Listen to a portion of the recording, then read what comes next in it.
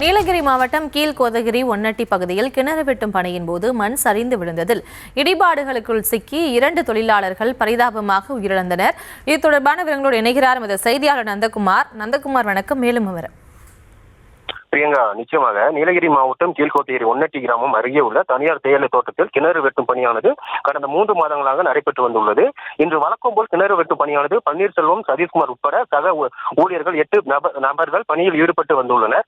அப்போது கிணற்று சுற்றுவட்டார மண் சம்பந்தப்பட்ட பணி நடைபெற்று கொண்டிருந்த போது திடீரென கிணற்று சுற்றுவட்டார மண் திட்டு இடிந்து விழுந்து இதில் பணியில் ஈடுபட்டிருந்த பன்னீர்செல்வம், சதீஷ்குமார் ஆகியோர் மண் இடுபாட்டிற்குள் சிக்கியுள்ளனர். இதில் இருவருமே சம்பவ இடத்தில் பலியான நிலையில் சம்பவ இடத்திற்கு வந்த கோத்தகிரி தீயணைப்பு துறையினர் மற்றும் காவல்துறையினர் இறந்த நபர்களின் உடலை மீட்டு தற்போது பிரேத பரிசோதனைக்காக கோத்தகிரி அரசு மருத்துவமனைக்கு அனுப்பி வைத்துள்ளனர்.